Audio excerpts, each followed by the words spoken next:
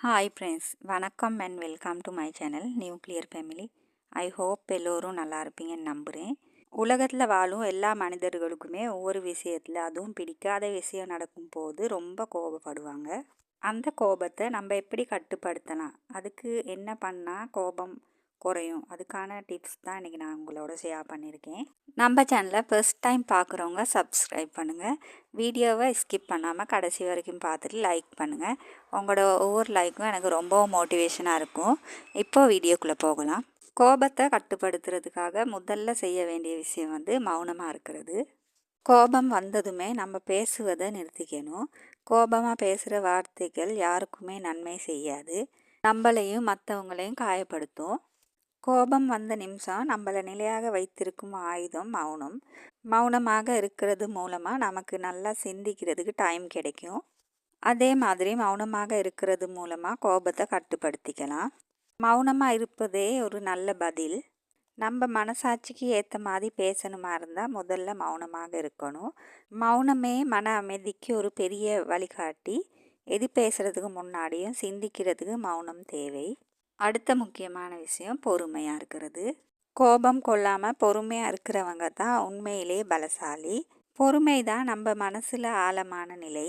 தற்காலிகமாக வர உணர்வுகளை கட்டுப்படுத்தி யோசித்து பதிலளிக்க தெரிஞ்சால் வாழ்க்கை ரொம்ப ஈஸியாக இருக்கும். கோபம் ஒரு பெரிய எதிரி, பொறுமை ஒரு விழிப்புணர்வு. பொறுமை பெரிய பிரச்சனைகள் கூட தானாகவே சரி பண்ணும்.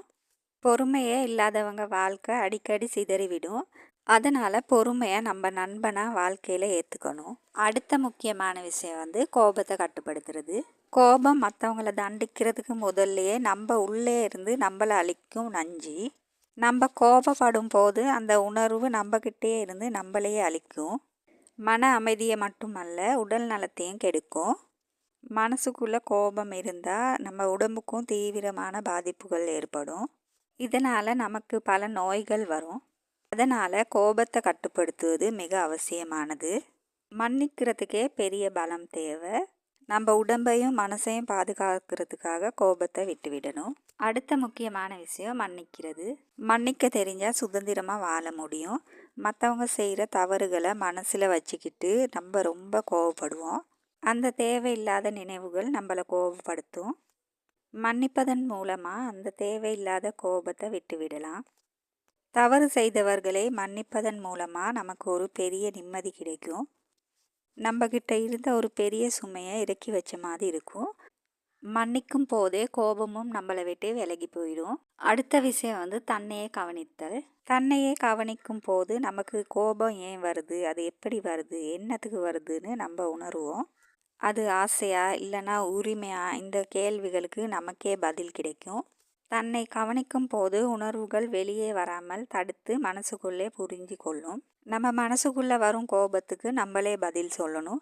இதுவே உணர்ச்சிகளை வெல்லும் அறிவின் பலம். அடுத்த முக்கியமான விஷயம் எதிர்பார்ப்புகள். நீங்கள் எதிர்பார்த்ததை வாழ்க்கை தரவில்லை என்றால் அதனால் வாழ்க்கைக்கு எந்த பிரச்சனையும் இல்லை. நம்ம மற்றவங்கக்கிட்ட இருந்து நிறைய எதிர்பார்த்தா அது தாங்க கோபத்தின் வேறு. நம்மளை சுற்றி உள்ளவங்க இப்படித்தான் இருக்கணும், இப்படித்தான் பேசணும் அப்படின்னு எதிர்பார்க்கக்கூடாது. நம்ம எதிர்பார்த்த மாதிரி அவங்க நடந்துக்கலைன்னா நமக்கு ரொம்ப கோபம் வரும். மற்றவங்கக்கிட்ட நம்ம எதிர்பார்க்குறத குறைச்சிக்கிட்டாலே கோபம் குறையும், மனசு அமைதியாக இருக்கும். மற்றவங்க நம்ம மனசுக்கு ஏற்ற மாதிரி நடந்துக்கணும்னு நினைக்கும் போது தான் கோபம் உருவாகும். அந்த எண்ணங்களை விட்டுட்டு அவங்க தன் எண்ணங்கள் மாதிரி தான் இருப்பாங்கன்னு புரிஞ்சுக்கணும். நாம் மற்றவங்களை புரிஞ்சுக்கிட்டாலே நம்ம கோபம் குறைஞ்சிரும். நம்மளோட வாழ்க்கை பயணத்தில் மற்றவங்ககிட்ட இருந்து எதிர்பார்க்குறது குறையும் போது நம்மளோட கோபமும் குறையும், மனசுக்கு பெரிய பலமும் கிடைக்கும். வீடியோ எண்டுக்கு வந்துட்டோம். இன்றைக்கும் நான் சொன்ன விஷயங்கள் உங்களுக்கு பிடிச்சிருக்குன்னு நம்புகிறேன். இன்னொரு அழகான வீடியோவில் பார்க்கலாம். தேங்க்யூ ஃபார் வாட்சிங்.